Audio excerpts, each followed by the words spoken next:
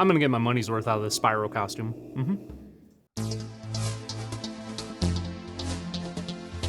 Why, hello, you lovely little peppercorns. Spyro Lee here, and happy Spookoween! Ooh. Just for gits and shiggles, I thought I'd do a little countdowny list of horror games for Halloween this year, because apparently off-the-cuff videos are all I can manage to finish it within a reasonable amount of time these days.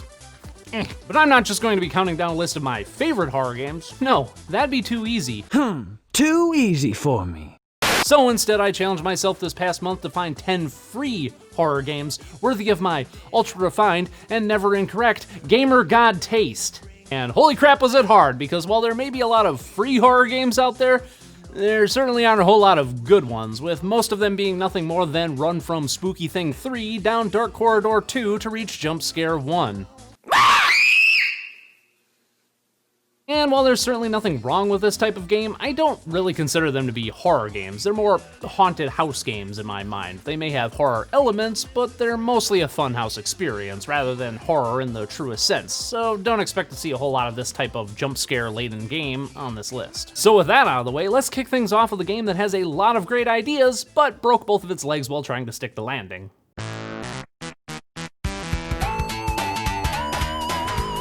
At its core, Blameless is an escape room style game, or I guess in this case, it's more of an escape the entire house type of game. You play as an architect who has been called to work on this old creepy house with this guy who's renovating the thing, and oh no, the guy locks you in and knocks you out, and apparently he's a murderer, I guess. But what I liked about this game, for the most part, is the fact that it uses its escape room mechanics in a much more realistic way than a game like this typically does. You start out in kind of like what I assume is a basement or like a lower level or something like that, with bricks and mortar, and there's, you know, tools and hammers and like work lights everywhere. And none of this looks very video gamey, but you can use these tools in a specific way to actually try and get out of the place. However, as soon as the game starts getting good, it just gives up and ends with a really, really shitty ending that almost ruins the entire game. But I'm putting it on this list anyway because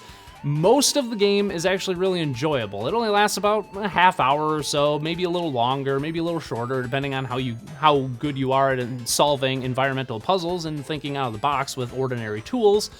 But it just sort of gives up at the end, and it also has to have like a really forced, meaningful ending sort of thing, or a thinker ending, like maybe I was the bad guy all along, maybe society is the bad guy all along. So yeah, I'm putting it on this list because the ideas it has and the way it goes about the escape room genre, especially in a video game setting, is quite unique, and I want to see more of this. But just don't expect much overall, especially when it comes to the ending.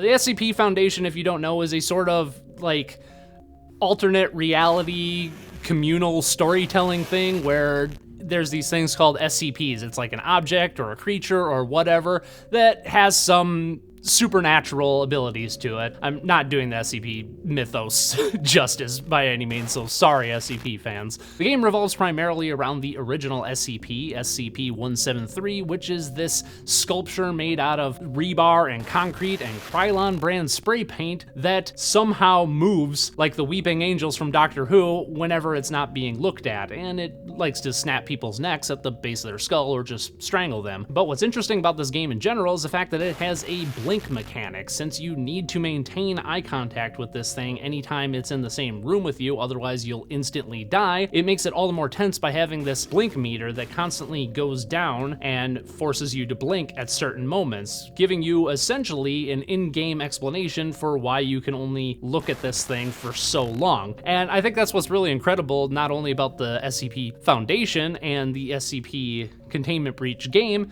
is the fact that it's all a collaborative effort. There's not one single person that has worked on either the SCP Foundation website or the game itself. It's not really my kind of game overall because it's kind of leaning more in towards that funhouse style of game that I was mentioning earlier. However, the SCP mythos makes it just so much more intriguing and at least gives a purpose behind these funhouse elements.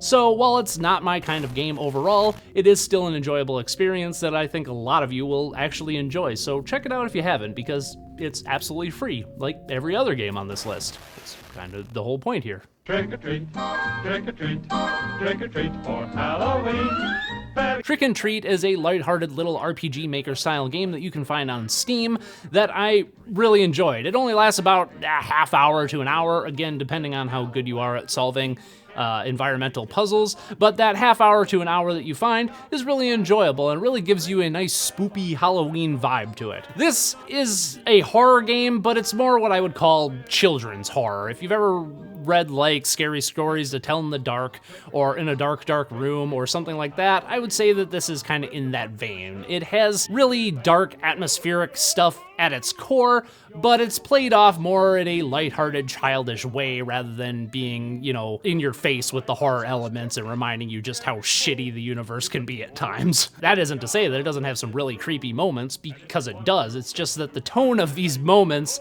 is played more for laughs. You get separated from your witch friend, and then the whole thing becomes trying to reunite yourself with her. And you do that by speaking with ghosts and talking with creepy dolls and talking with creepy books and solving minor little puzzles along the way. Most of the puzzles are pretty easy. There's one towards the end that can get a little tricky, but mostly it's because of poor conveyance on the part of the game and not so much because the puzzle itself is difficult. But overall, it's a really enjoyable experience, and you know, the price is right.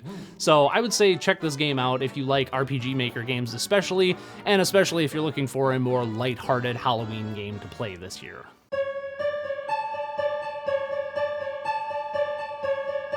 This is what I'm going to call a realistic horror game, in that it explores horrific elements without the supernatural being part of it at all. This is something that does and can happen to anybody at any time. The whole point of the game is you play as this college student in this visual novel sort of game where you're just trying to do your homework on the bed and while your roommate is in the other room doing who knows what. And depending on how you play the game, different things will happen. And without spoiling too much, let's just say that this game explores some really dark themes, including depression and suicide and self-harm and other things like that. Things that do happen on quite a regular basis in the real world, unfortunately. But what I like about this game is, one, it has a beautiful aesthetic. Like, the presentation of this game is simple, but not simplistic. It is just this gorgeous hand-painted world with bright colors. Every little bit of it is just animated ever so slightly just to give the illusion of higher production value than you typically find for a free game, especially a free visual novel type game. But what I really, really like about this game, and what makes this game so effective and so heartbreaking at the same time, is that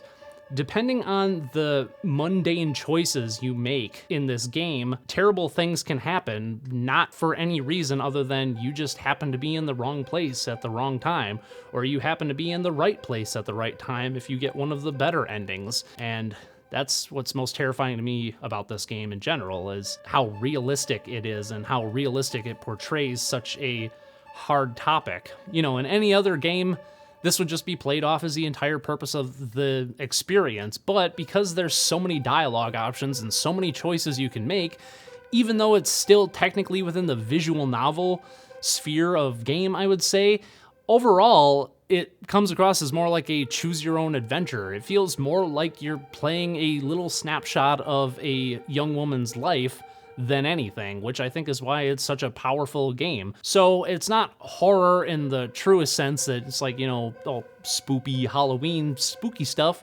but realistic portrayal of some really dark issues and how we deal with them.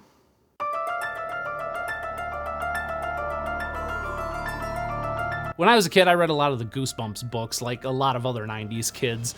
But the ones I really enjoyed were the choose-your-own-adventure style ones, where like every page it would say, like, if you want to make this choice, go to page 116. If you want to make this other choice, go to page 42, whatever the case may be. And that's basically Disturbed in a nutshell. This is a game where you play as a farmer who lives in this land that has a sort of blight over it. Everything is dying, everything is just awful, your cow dies, your crops die, everything's bad all the time, and you just get fed up with it one day and decide you're gonna get to the bottom of this and figure out what the hell's going on so you can get back to your happy little life as a lonely farmer out in the middle of nowhere. And much like the Goosebumps Choose Your Own Adventure books, every little action you make has serious and immediate consequences, either good or bad. For example, there's this moment where you get to the end of a path and your choice is to like sit down in the grass and start, doing whatever. And one of the choices is like, oh, just take a break here on the grass. But you take a break on this patch of grass and a grass monster comes up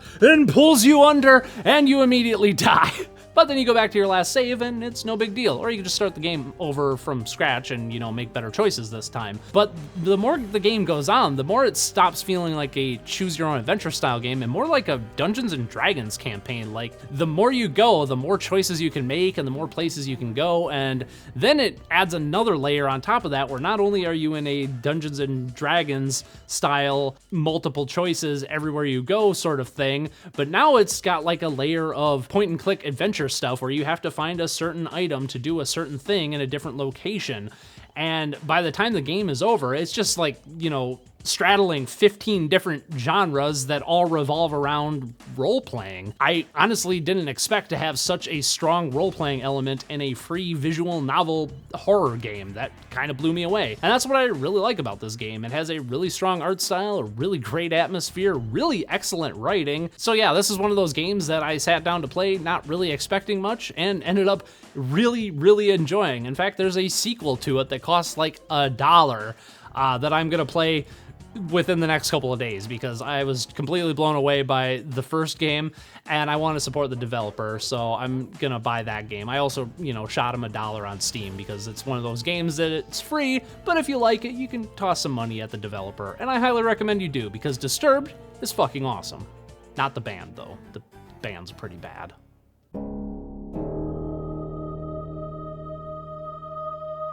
This is probably the gold standard for free horror games, from what I've seen. It seems like everybody and their mother who's talked about like free horror games has mentioned this one, and there's good reason for that, because it's pretty damn good. For one thing, it's a Source Engine game, or a Half-Life mod, or whatever, and it just has that Source Engine look to it that a lot of people, myself included, really enjoy. It has a creepy atmosphere to it by default, and then the developer just went to town and made the atmosphere 10 times better than the Source Engine normally has with its games. It's basically a first-person horror game with the typical trappings, but it, puts a spin on these typical trappings to do its own thing. For one thing, this game has a wonderfully offbeat, cheesy, indie feel to it that I can't help but appreciate, and it really, to me anyway, adds to the overall aesthetic of this game, because the voice acting, it's not good, the writing, it's not good, the pacing, it's not good, but all of it's charming as hell. This game has some really unique environmental puzzles to it and some really nice level design. In fact, that's what kind of threw me for a loop to begin with, because most of the time when you see a Source Engine game or a Half-Life mod style of game like this, it's kind of constructed from little bits and pieces of pre-made assets that are built into the Source Engine already or function with the Source Engine. And that's very true of this game, but the way the developer put it all together both makes logical sense and makes it an interesting level design overall. There is combat to it, but that's not really the point, so the combat isn't all that great, but again, I think it adds to the overall package. So go into it with an open mind and just play it for what it is, and I think you'll have a good time. I certainly did.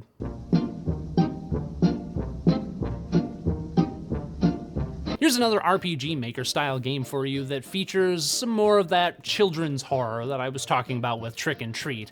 But unlike Trick and Treat, this leans more into the realms of horror, more like Roald Dahl's The Witches, as opposed to like Scary Stories to Tell in the Dark. And the fact that it's actually horror It's just not very bloody or gory or anything like that. For one thing, it has this sort of German fairy tale meets German legend vibe to it, and it's sort of a retelling or I guess an adaptation of Goethe's Faust, along with some of the Brothers Grimm's tales kind of mixed in. For one thing, this game has some really fantastic hand-drawn art to it, and a surprising amount of story, which normally I don't like, dialogue-laden, cutscene-heavy games, but in this game, I think it works. It works pretty well in the fact that, well, most of it's just genuinely good. Like, the story's really endearing, the characters are fun, the character designs, while simple, have this sort of dark storybook aesthetic to it that I really like, and overall, this game just has probably the highest production values I've seen for any RPG Maker game ever. Pretty much like every other game on this list, this game has a fantastic atmosphere that,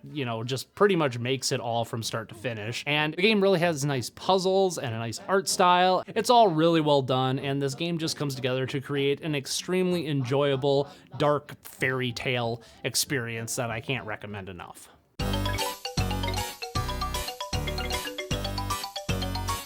Yeah, remember how I said I wasn't really a fan of Funhouse games and didn't really consider them horror?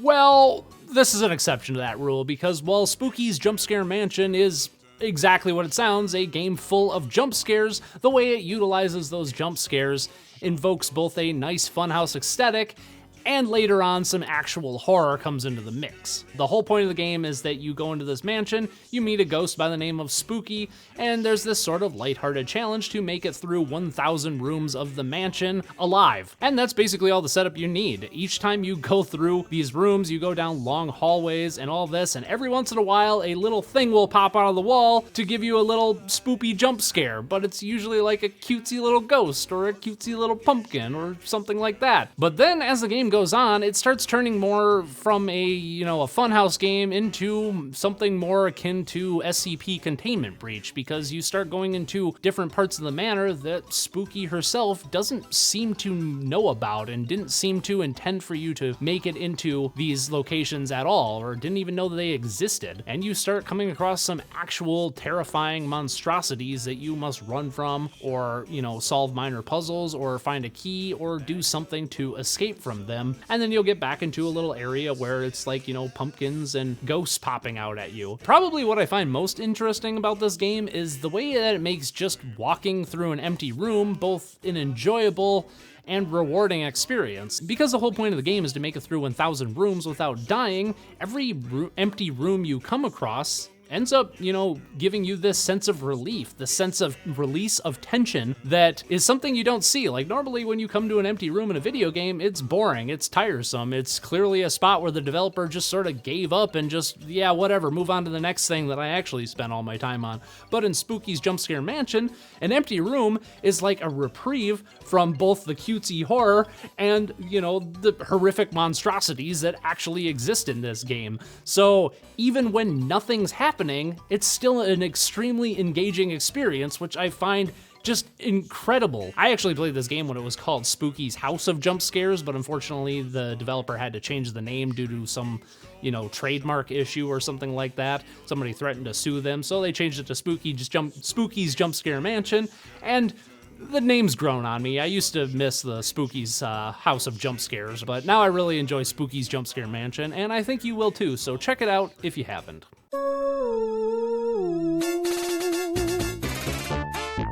Much like Blameless, Cube Escape Paradox Chapter 1 is an escape room game at its core.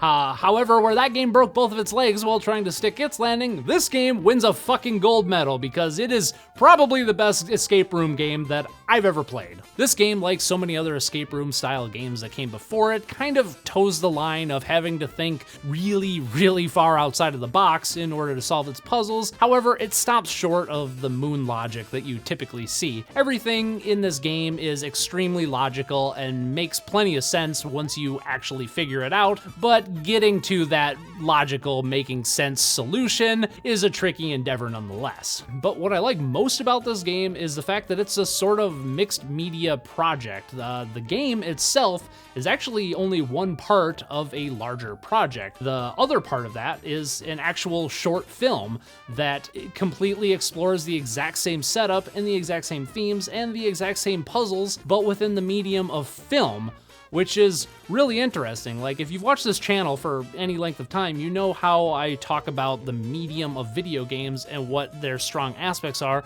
and I normally compare that to film because I feel like film is sort of the closest relative to video games as far as technological innovations are concerned. And I firmly believe that there's just some things you can do in video games that you just can't do in other mediums, and there's some things you can do in film that you just can't do in other mediums, including video games. And the developers of Cube Escape Paradox and its short film that goes along with it completely understand this, because even though both the game and the short film are the exact same setup, the exact same characters, the exact same room, the exact same puzzles, everything plays out in the way that individual mediums should play out.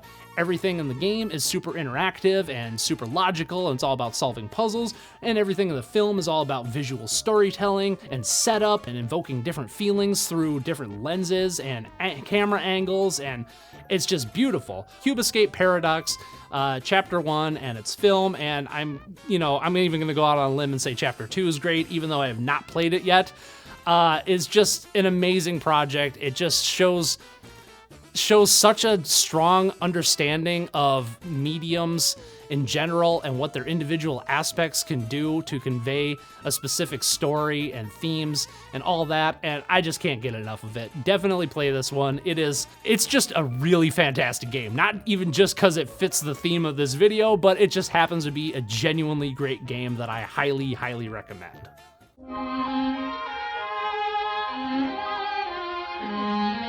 Off, by French developer and artist Mortis Ghost, is simultaneously the most popular and well-known game on this list, and also the most obscure. And what I mean by that is that a few years ago, I think right around 2010, 2011, this game was everywhere. It was on YouTube with Let's Plays, it was on Tumblr, it was on Twitter, there was fan art galore, like people on DeviantArt were making a shit ton of like fan creations for this. There was like fan fiction. At one point in time, I think there was even a handful of fan games that were being produced, and then it just disappeared and everybody stopped talking about it. And that's really a shame, because this game is just so strange and its artwork is so disturbing yet endearing at the same time. The game itself is also broken up into 3 distinct acts, all with their own individual levels and areas, and each of those levels also has its own theme to it. Like the first one you go to, you're on like a metal farm, but in this universe you don't get metal through mining it, you get it by cutting cows in half and digging out metal bits from within the meat of the cows. The whole game is like that, where everything is, just off, which I think is why the game's called Off, because everything's just off. And that's what I really appreciate about this game, that it just eschews so many different conventions of both gaming and the RPG Maker genre, and just defies all logic, that it's just an engaging experience from start to finish. Off has been one of my personal favorites for many years. I've played it for at least the last 10 years, and every time I sit down and play it, it just engrosses me more and more, and it really saddens me that this game had its heyday, and now nobody seems to talk about it. Like, there hasn't been a remaster, there hasn't been a proper release on Steam or anything like that. This game has such a huge cult following from, back in the day. I'm seriously surprised that nobody's actually done a fan remaster or remake of this game. It's definitely, in my opinion, the best game on this list, and it's definitely the best free horror game that I've personally played. So if you haven't played Off, seriously check it out. It is just one of my favorite games, and I can't talk about it enough, and I can't praise it enough. And eventually, I'm gonna review the damn thing. No promises, but someday it's gonna happen. So play Off and all that jazz.